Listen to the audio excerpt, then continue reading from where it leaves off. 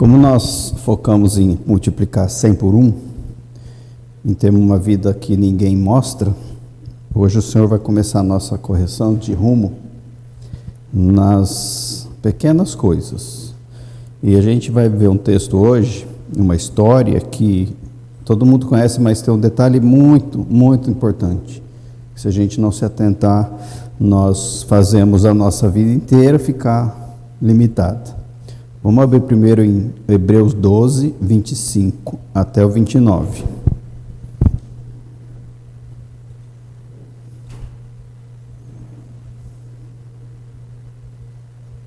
Cuidado, não rejeitem aquele que fala. Se os que se recusaram a ouvir aquele que os advertia na terra não escaparam, quanto mais nós, se nos desviarmos daquele que nos adverte dos céus. Aquele cuja voz outrora abalou a terra, agora promete: ainda uma vez abalarei não apenas a terra, mas também o céu. As palavras ainda uma vez indicam a remoção do que pode ser abalado, isto é, coisas criadas, de forma que permaneça o que não pode ser abalado. Portanto, já que estamos recebendo um reino inabalável, sejamos agradecidos e assim adoremos a Deus de modo aceitável, com reverência e temor, pois o nosso Deus é fogo consumidor. É o finalzinho do capítulo 12 de Hebreus, em que o autor faz uma advertência final para a igreja. Ele confronta uma escolha que é muito perigosa, que nós temos que fazer: ouvir ou rejeitar aquele que nos fala dos céus. E aqui ele compara, ele traz à memória do povo que lê a história lá do Monte Sinai, quando Deus desceu no monte, quando ele deu os 10 mandamentos. Lá a terra foi sacudida, que o monte tremia. E ele diz que mais uma vez ele não sacudirá só a terra, mas o céu também. Até os alicerces do mundo tremeram. E esse alerta é para que a gente não tenha a mesma escolha que o povo teve lá quando ele fez tremer os abalos da terra, tremeu os alicerces da terra. E tem um propósito divino para esse alerta, para esse tremor também. É abalar tudo que está falso, tudo que não é verdadeiro. Ele vai abalar e já está abalando. A gente vê escândalos de todo tipo, famosos sendo denunciados, acusados, condenados, porque tudo que vai permanecer é só o que é inabalável. E no final das contas ele vai remover o que faltar. E esse texto conclui com uma exortação solene à adoração da igreja, que tem que ser fundamentada na reverência e no temor. Porque no último versículo ele diz que o nosso Deus é um fogo consumidor. O que Deus queria quando ele tirou o povo do Egito? Moisés falou: permita que o meu povo vá. Para quê? Para a terra prometida? Não. Prestar culto ao meu Senhor no deserto. Era essa a ideia. Mas o que é prestar culto? É relacionar-se, é conhecer a Deus num relacionamento. Então, o que Moisés foi dar o recado para o faraó, que, claro, para ele foi só uma palavra religiosa, para Deus não, era muito mais profundo. Ele queria o povo para ele, para se relacionar com o povo dele, para se revelar para o povo dele. Tanto que foi a primeira vez que Deus escreveu a lei com o próprio dedo, se revelando. Então Deus estava fazendo um convite para o povo, um convite de algo maior, que a gente não presta atenção direito quando a gente vê. E a gente encontra esse cenário em que Deus desce nesse momento, quando ele se manifestou de forma visível e audível, quando Israel testemunhou o Deus que os libertou. Eles já tinham visto os sinais, as maravilhas do Egito, 10 já tinham comido da ceia e já estavam em viagem para outro lugar e pararam ali. para fazer o que Deus queria que eles fizessem. E quando Deus desceu, em Êxodo 19:1, a presença dele que abalou tudo. Vamos ler para a gente lembrar. No dia em que se completaram 3 meses que os israelitas haviam saído do Egito, chegaram ao deserto do Sinai. Depois de saírem de Refidim, entraram no deserto do Sinai e Israel acampou ali diante do monte. Logo Moisés subiu o monte para encontrar-se com Deus.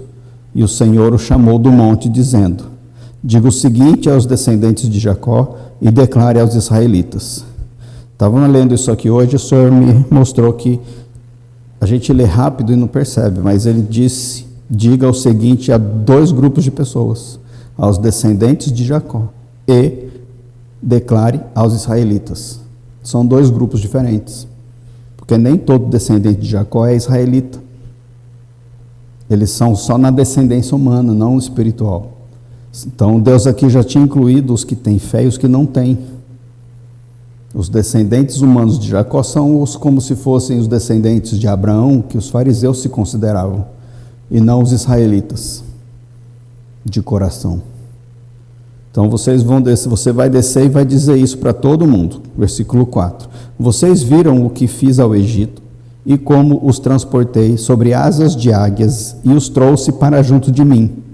Agora, se me obedecerem fielmente e guardarem a minha aliança, vocês serão o meu tesouro pessoal dentre todas as nações. Embora toda a terra seja minha, vocês serão para mim um reino de sacerdotes e uma nação santa.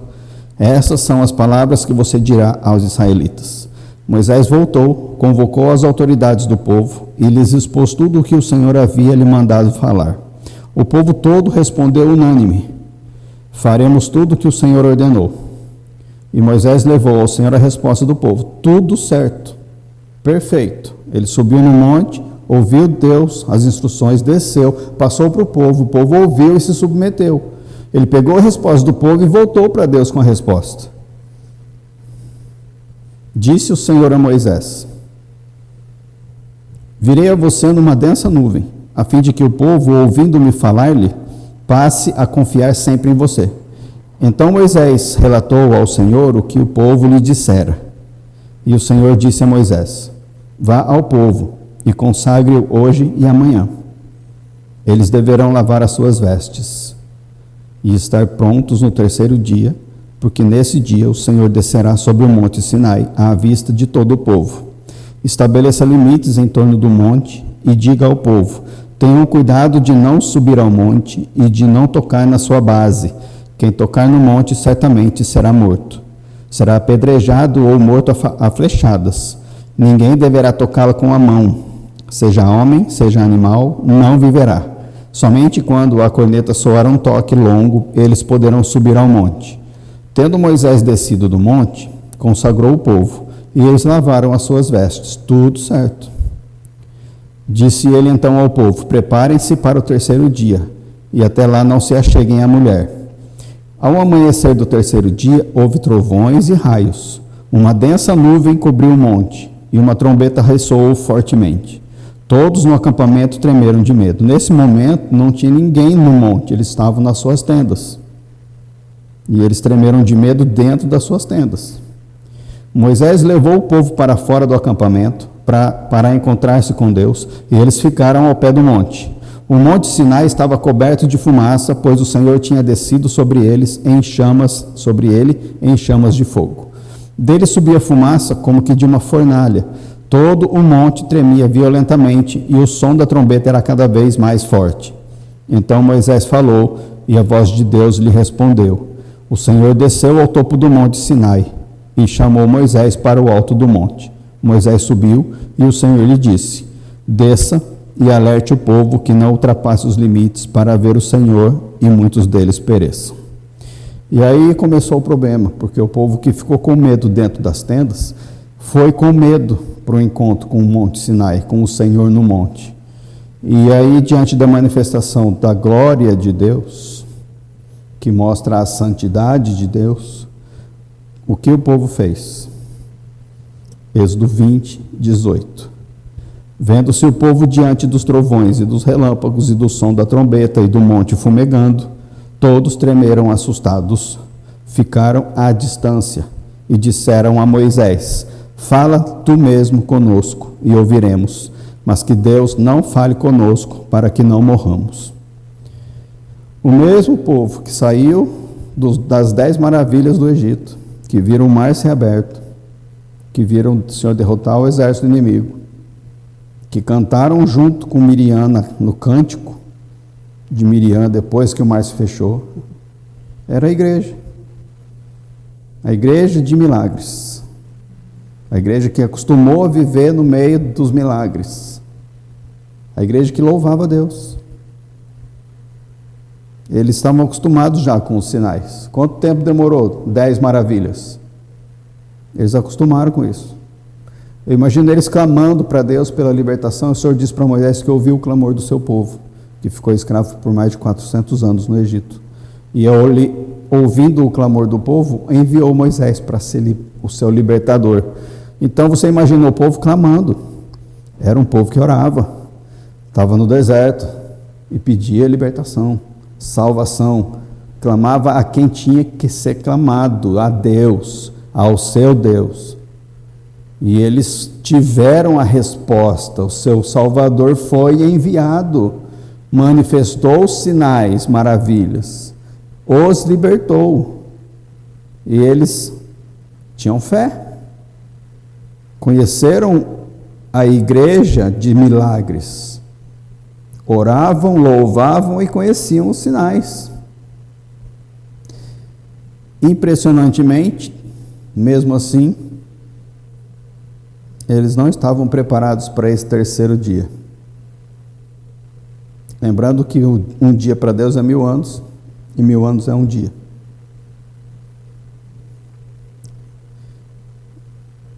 E essa história é um tipo de Cristo. É um símbolo que vai repetir na glória, o que vai repetir na história. E se você reparar no que aconteceu lá, aconteceu com Jesus. Aconteceu com a igreja. E se você trouxer os 2 dias em que o povo pediu para eles se prepararem, porque no terceiro dia ele iria se manifestar no monte para encontrar com o seu povo, é uma prévia, um ensaio da volta de Cristo. Se foram 2 dias de preparação, e Cristo morreu mais ou menos no ano 28 ou 29, porque ele nasceu um pouquinho antes do ano 0, nós estamos no final do segundo ano, do segundo dia. Falta 2 ou 3 anos só para acabar o segundo ano. E se vocês repararam na leitura, antes do povo sair para o encontro, que eles estavam na tenda, foi bem cedinho. O Senhor, no comecinho do terceiro dia, desceu para encontrar o seu povo. Profeticamente, esperamos que Jesus volte no comecinho do terceiro milênio,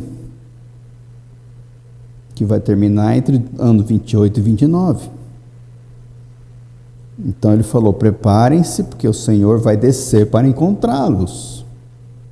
Então essa é uma mensagem mais do que urgente para nós. Nós estamos no finalzinho do período de preparação para encontrar com Ele. E Ele tem visto uma igreja que louva, que vê sinais, milagres, que faz maravilhas, cada igreja no seu nível. E Ele tem visto uma igreja que conhece a sua obra, mas Ele não queria que ficasse nesse limite. Ele queria que o povo conhecesse a pessoa dele. Venham para me cultuar e me conhecer pessoalmente, porque vocês viram o que eu faço. Agora eu quero que vocês conheçam quem eu sou. Impressionante é que eles comiam do maná. O maná foi dado para 3 milhões de pessoas, mais ou menos, que saiu do Egito. Para alimentar 3 milhões de pessoas, sabe quanto precisava de maná? O suficiente para encher 2 trens com 110 vagões. 220 vagões cheios de maná para alimentar 3 milhões de pessoas. Todas as manhãs, pontualmente. Eles conheciam a provisão de Deus. Eles conheciam a prosperidade sobrenatural. Quando eles saíram do Egito, Deus ordenou que eles pegassem e pedissem as riquezas dos egípcios, e eles receberam. Então eles não saíram pobres. Deus promete que a riqueza dos ímpios será dada aos justos. Isso aconteceu lá, quando ele fez os egípcios doarem suas riquezas para os israelitas, para os hebreus. Salmo 105, 37, primeira parte diz que ele tirou de lá Israel, que saiu cheio de prata e ouro. E no final desse texto diz que, isso é impressionante, não havia em suas tribos quem fraquejasse. Não tinha um doente dos 3 milhões. Londrina tem pouco mais de 600 mil habitantes. Vai agora no hospital e nos postos de saúde para ver quantas pessoas estão doentes. Nas clínicas, nas casas. 3 milhões de pessoas que comeram do cordeiro da ceia da Páscoa foram curadas, para serem capacitadas a sair da escravidão para cultuar e conhecer o Senhor. 3 milhões de sãos. Imagina uma cidade de 3 milhões de pessoas sem ninguém doente.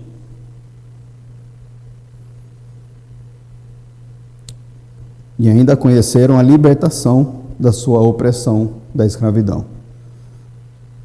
Isso que Colossenses 1,13 diz que nós também conhecemos, pois ele nos resgatou do domínio das trevas e nos transportou para o reino do seu Filho amado. O que foi feito lá é feito com a gente, com a igreja de hoje. Mas quando Deus quis revelar-se pessoalmente, além das suas ações, dos seus atos, quando ele desceu no monte, quando a sua glória fez o estrago que fez, eles preferiram ficar à distância. E falaram: Moisés, fala tu com ele, e nós obedeceremos a tudo que você nos falar. Imagina como Deus ficou. Deuteronômio 5, 23. Quando vocês ouviram a voz que vinha do meio da escuridão, estando um monte em chamas, aproximaram-se de mim todos os chefes dos sacerdotes, os chefes das tribos de vocês, com as suas autoridades. E vocês disseram: o Senhor, o nosso Deus, mostrou-nos sua glória e sua majestade, e nós ouvimos a sua voz vinda de dentro do fogo. Hoje vimos que Deus fala com o homem e que este ainda continua vivo. Mas agora, por que deveríamos morrer? Este grande fogo, por certo, nos consumirá. Se continuarmos a ouvir a voz do Senhor, o nosso Deus, morreremos. Pois que homem mortal chegou a ouvir a voz do Deus vivo falando de dentro do fogo, como nós o ouvimos, e sobreviveu? Aproxime-se você, Moisés, e ouça tudo o que o Senhor, o nosso Deus, disser. Você nos relatará tudo o que o Senhor, o nosso Deus, lhe disser. Nós ouviremos e obedeceremos. O Senhor ouviu quando vocês me falaram e me disse: ouvi o que este povo lhe disse. Moisés pegou isso daqui que eles falaram e levou para Deus para fazer uma reclamação. Ele falou: o povo falou que é para eu falar com o Senhor, que eles vão ouvir o que eu falar e vão obedecer o que eu falar. Como é que a gente vai resolver isso, Senhor? Olha a resposta de Deus. 28. O Senhor ouviu quando vocês me falaram e me disse: ouvi o que este povo lhe disse, e eles têm razão em tudo que disseram.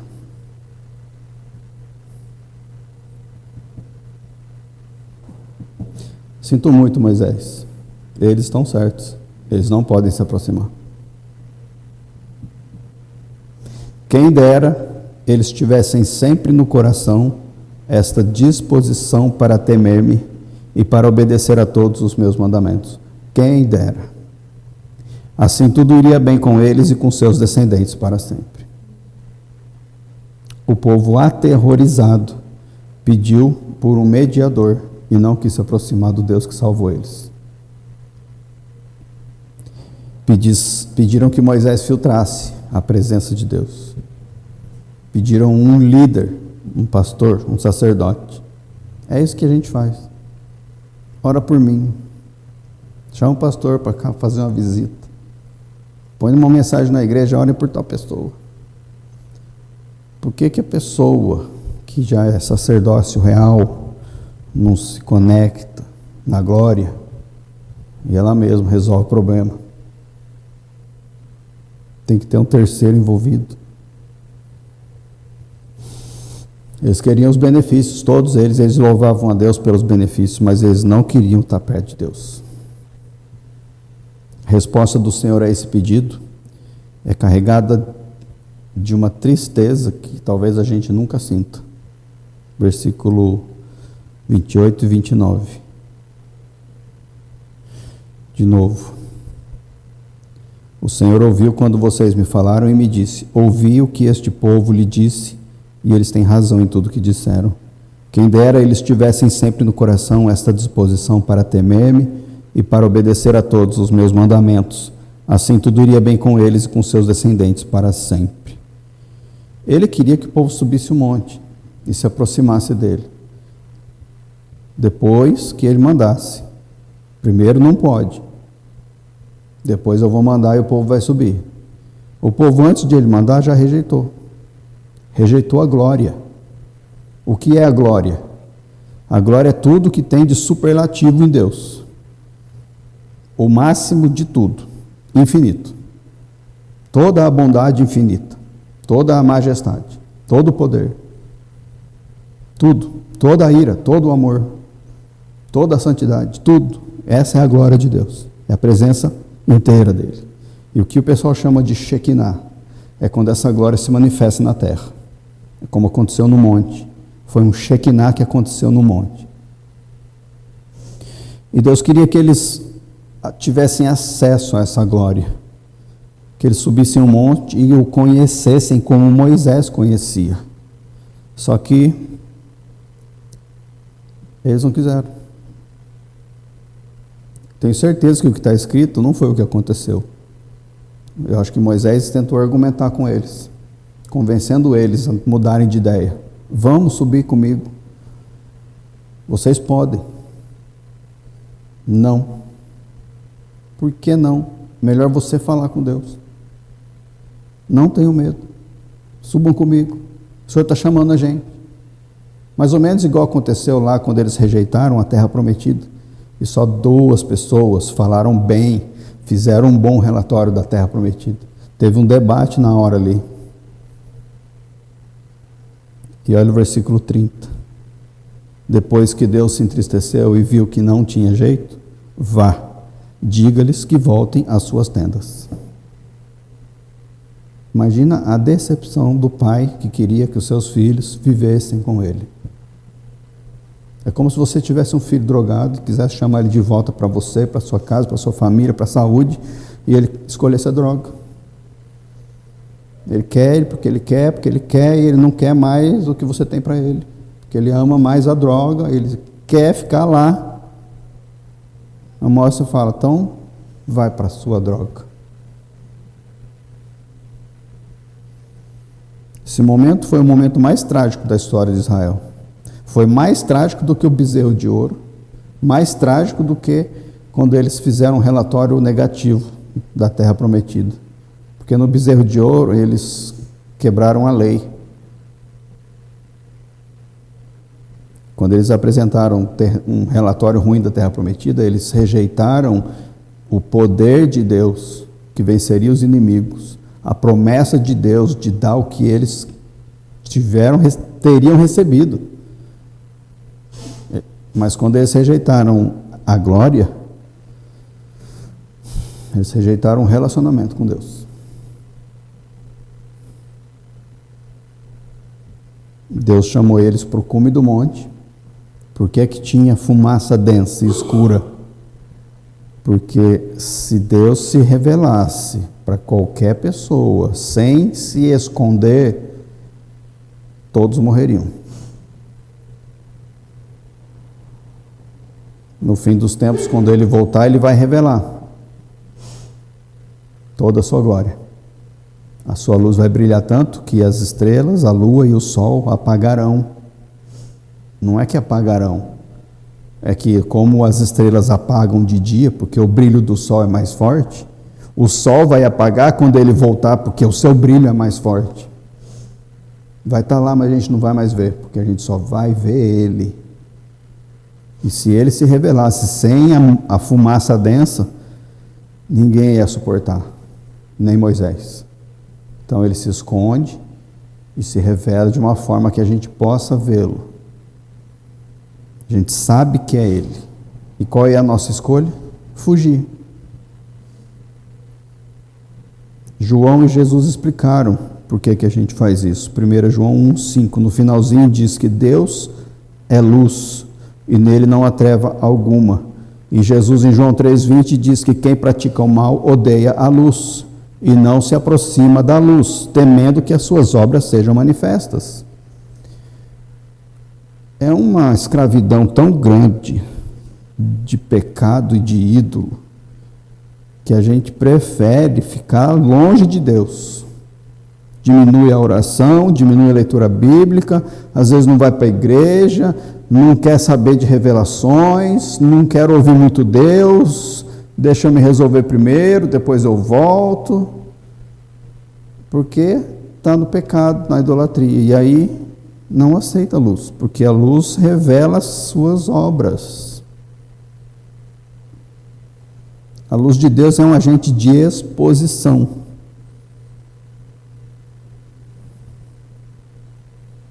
É muito fácil e é possível a gente viver numa atmosfera de milagres, estando com os nossos pecados escondidos. É possível. É possível até fazer milagres, tendo pecado e ídolo. É o nome de Jesus que faz o milagre.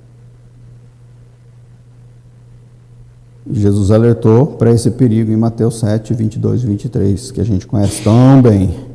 Muitos me dirão naquele dia: Senhor, Senhor, não profetizamos nós em Teu nome não expulsamos demônios e não realizamos muitos milagres? Então eu lhes direi claramente: nunca os conheci, afastem-se de mim, vocês que praticam o mal.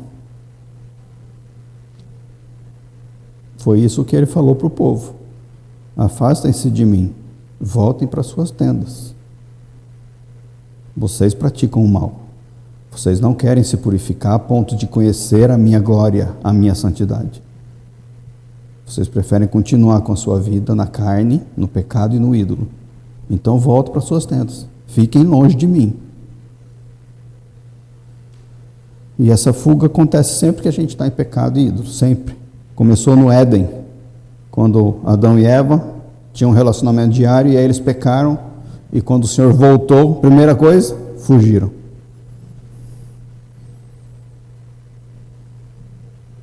Porque o pecado torna a glória de Deus insuportável. É suportável ver milagres, mas é insuportável ver a luz da glória. Lucas 12, 2. Não há nada escondido que não venha a ser descoberto, ou oculto que não venha a ser conhecido. O que vocês disseram nas trevas será ouvido à luz do dia, e o que vocês sussurraram aos ouvidos dentro de casa será proclamado dos telhados. Se isso aqui não te faz tremer, você vai tremer na glória quando isso tudo for exposto. Porque a promessa vai se cumprir, aqui ou lá. Por isso que a gente fala tanto em confissão, em transparência, em purificação, para a gente não ter essa parte da lei sendo usada contra nós no julgamento. O problema não é que Deus é terrível, Ele nunca foi terrível. O problema é que nós amamos mais os nossos pecados, a nossa autonomia, os nossos ídolos. Nós fugimos da glória dele porque nós não queremos que os nossos ídolos sejam consumidos pelo seu fogo, e eles são. E tem uma história bem boa de um pastor do Alabama que estava numa obra da igreja, que estava construindo a igreja dele, e caiu um monte de material pesado em cima dele, de construção. Quebrou o pescoço, o crânio e mais alguma coisa ali, na parte de cima. Chamaram o socorro, e o socorro chegou e viu e declarou ele morto. E ele teve uma experiência com o Senhor nesse momento. E ele diz o seguinte: eu vi uma grande luz a certa distância de mim e fui em direção a ela rapidamente. Quanto mais perto eu me achegava, mais intensa a luz se tornava. A luz era tão brilhante e tão branca que é impossível compará-la a qualquer coisa que eu consiga descrever. Era tão brilhante que eu mal podia olhar, Por causa da intensidade da luz, eu não podia ver as feições de Jesus, mas sabia que era ele. Tudo que eu conseguia ver era uma luz brilhante, quase que inacessível. O que mais me chamava a atenção era a sua santidade. O fogo parecia revelar isso. Eu tinha certa consciência de que todas as células do meu ser estavam expostas a ele.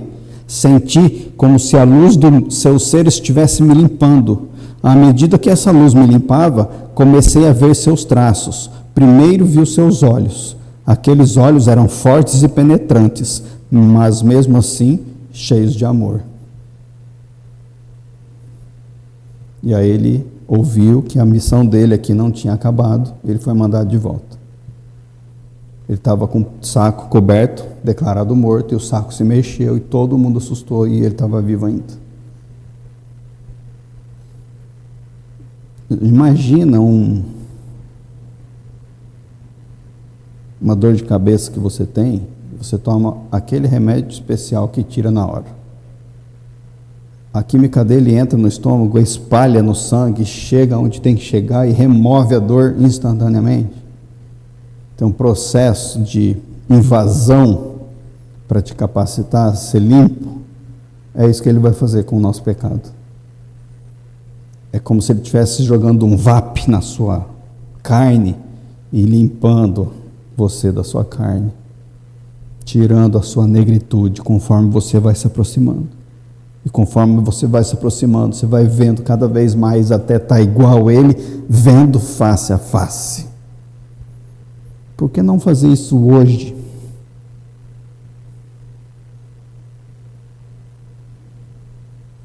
Porque a gente tem medo, em vez de ter temor. É o medo que afasta a gente. Moisés tentou corrigir a perspectiva do povo em Êxodo 20:20. Moisés disse ao povo: não tenham medo, Deus veio prová-los para que o temor de Deus esteja em vocês e os livre de pecar. Mas o povo permaneceu à distância, ao passo que Moisés aproximou-se da nuvem escura em que Deus se encontrava. Resultado óbvio. Tem medo? Fica longe. Tem temor? Se aproxima.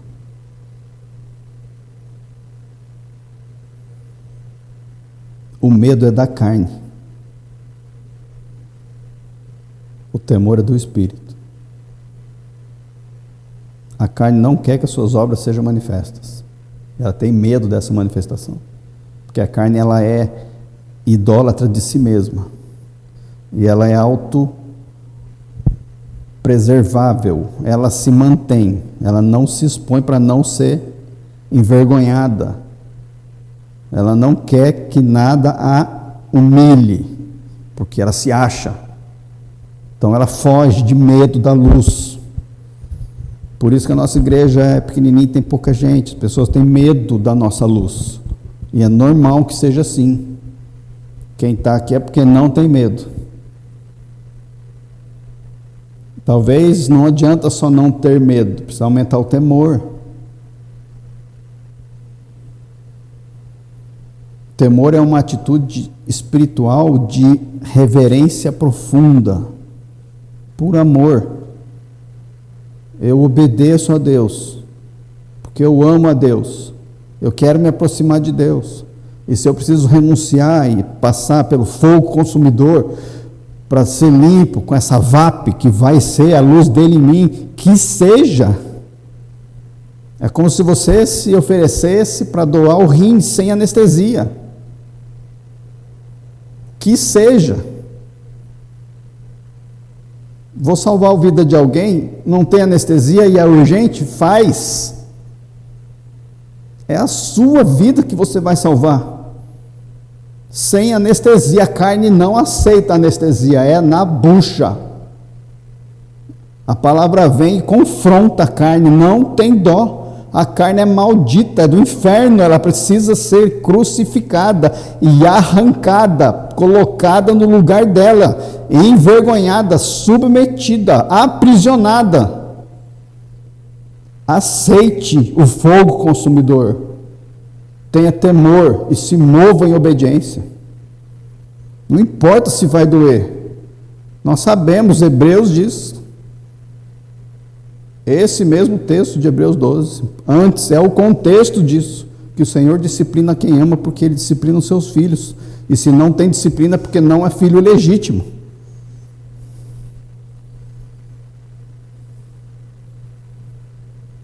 Você tem que amar Deus em primeiro lugar, e ter temor para obedecê-lo, e se mover nessa direção, e encarar.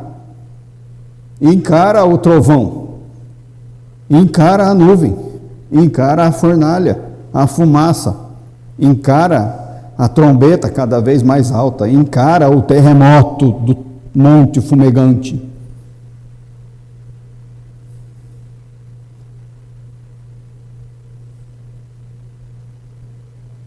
E aí ele chamou Arão e 70 líderes para subir. Mas ele disse que eles não subiriam até o cume do monte. Ficariam no meio do caminho. Moisés subiria ao cume do monte. Moisés viu Deus. Os outros, Êxodo 24, 10, viram o Deus de Israel, sob cujos pés havia algo semelhante a um pavimento de safira, como o céu em seu esplendor. Eles tiveram um vislumbre do pé, porque eles subiram no meio do caminho. Porque antes eles tinham rejeitado, então eles não podiam entrar para ver o Senhor face a face. Então a pessoa põe limite. O povo ficou sem ver nada. Os líderes e Arão viram os pés e o piso dos pés. Moisés viu tudo.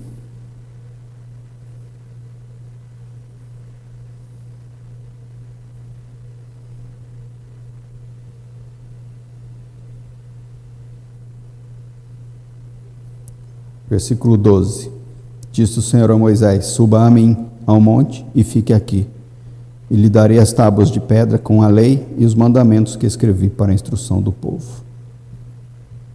1 de 3 milhões. Você acha que a igreja de hoje vai para o céu?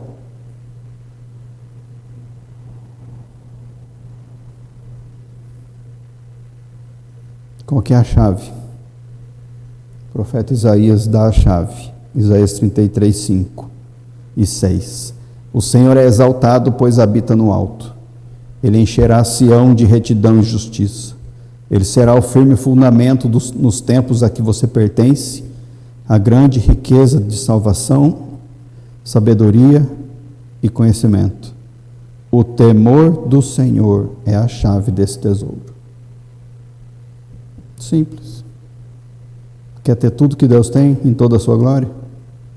O temor não é um fardo, é a chave. Ela abre as riquezas do conhecimento de Deus. Salmo 103, 7.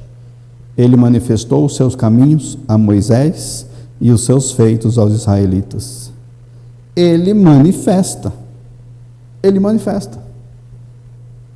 Mas só quem está afim, disposto de buscar a sua glória. Tem uma diferença abismal entre você ver o que Deus faz e conhecer quem Ele é. E é muito fácil você ver o que Deus faz, receber o que Deus faz, louvar Ele por isso, conhecer a sua palavra, estar no meio do povo e não conhecer Ele.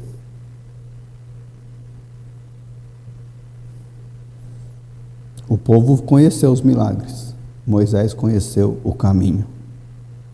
Salmo 25, 14. O Senhor confia os seus segredos aos que o temem e os leva a conhecer a sua aliança. É o Senhor que faz isso, não é igreja, não é líder, não é discipulador, não é pastor, não é missionário, é o Senhor que ensina isso. Por mais que eu fale, e eu tenho falado, tem gente que não entende. Tem gente que não se move, tem gente que não sai da carne, do ídolo, do pecado, da vida isolada, da falta de serviço, de ficar recebendo, porque é Deus que tem que revelar. E Deus não revela por quê? Porque não tem temor. Não tem jeito. Se não tiver temor, Deus não vai revelar os seus segredos para a pessoa. Imagina você ser alguém que conhece tudo o que Einstein conhecia e mais. Não é nada perto do que o Senhor tem para a gente quando Ele revela algo para nós.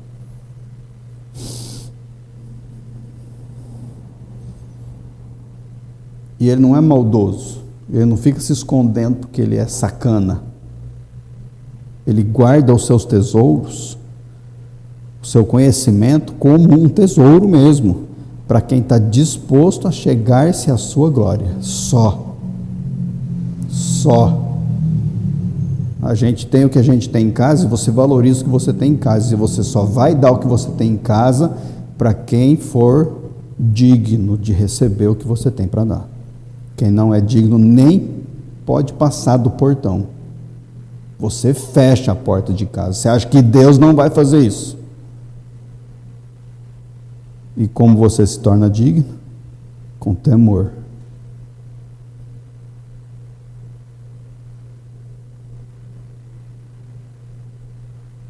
Você pode escolher a tenda e receber o maná a vida toda. Mas você pode escolher o monte e ouvir a voz e conhecer o seu coração. Então, voltando para o nosso texto de Hebreus 12, agora com uma compreensão um pouquinho diferente. A geração deles perdeu a oportunidade da sua vida ao rejeitar entrar na fumaça. Nós temos uma oportunidade maior do que eles de entrar não na fumaça, no trono da glória em espírito. Não é mais físico, é espiritual. Está acessível agora, aqui, para qualquer pessoa. Daqui a pouco ele vai fechar a porta e quem entrou, entrou, e quem não entrou, não entra mais.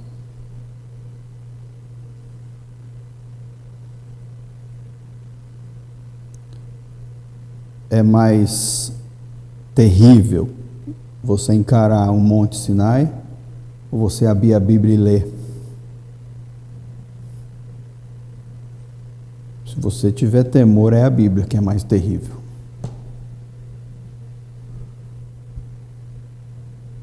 Se não for uma leitura vã, inútil, só para ler. Estou lendo, li a Bíblia 20 vezes. E cadê o temor? Onde é que Deus falou? Tenho perguntado, você está lendo a Bíblia? O que Deus está falando? Onde Ele te corrigiu? O que Ele te revelou? Cri. Leitura inútil. A Bíblia contém o texto que joga na nossa cara a voz de Deus. Mas se não tiver temor, não tem voz, tem só texto. Não presta para nada.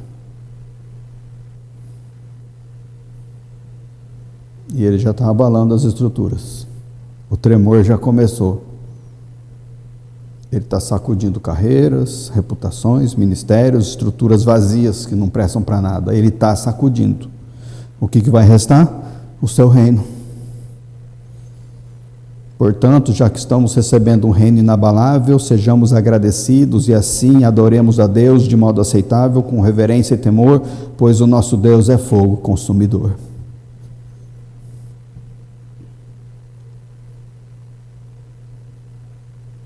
O fogo de consumidor não é para destruir o filho dele. É para queimar tudo que impede que o filho dele se aproxime e fique na sua presença. A montanha está fumegante. E o convite está lá para você subir rastejante, de joelhos. Não escolha a segurança da sua tenda. Sai do pecado. Não fuja da luz. Não tenha medo. Tenha temor. Escolha a purificação. Escolha a glória do monte. Escolha quem está falando e não rejeite. Amém? Vamos orar para isso? Vamos ficar de pé.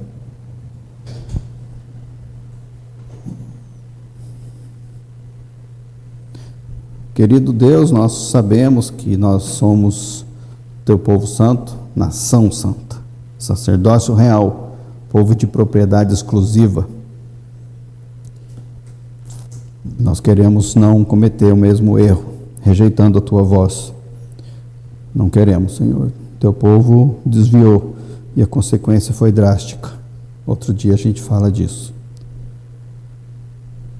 Impressionante o que nós somos capazes de fazer enquanto conhecemos as tuas obras, proclamamos as tuas maravilhas e rejeitamos a tua glória. Senhor, hoje nós queremos uma mudança na nossa história individual e como igreja. Um reajuste para a gente não rejeitar nunca mais. Uma reconsagração. Um novo momento de uma nova escolha para uma nova vida. Nós queremos obedecer a tua voz que fala: acheguem-se a mim e eu me achegarei a vós. Nós queremos isso, Pai, em nome de Jesus. Se isso vai doer, não interessa. Se vai custar caro, também não interessa. Se vai nos mover para outro lugar, não interessa. Se vamos perder a vida, não interessa. Nós queremos o Senhor, só o que é verdade, o resto é mentira. O que é vida, o resto é morte. Só o Senhor é isso. Nós estamos pedindo manifestação de sinais, Pai, mas o Senhor quer mais do que isso. O Senhor quer que a gente viva na tua glória. E nós queremos isso.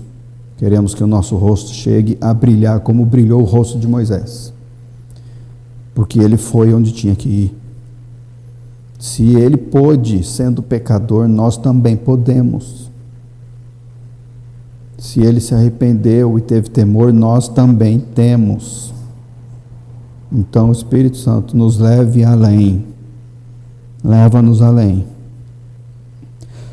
Se estamos, mesmo que seja temporariamente, uma vez ou outra, ou mais frequente do que isso, se estamos errados, vivendo uma vida de uma igreja de sinais, leva-nos além. Nós abrimos mão da nossa religiosidade de sinais, de milagres, de palavras, para entender e conhecer a tua glória. Se o Senhor nos deu essa palavra, Pai, nós cremos que o Senhor tem isso para nós. Manifesta, Espírito, em nome de Jesus. Amém.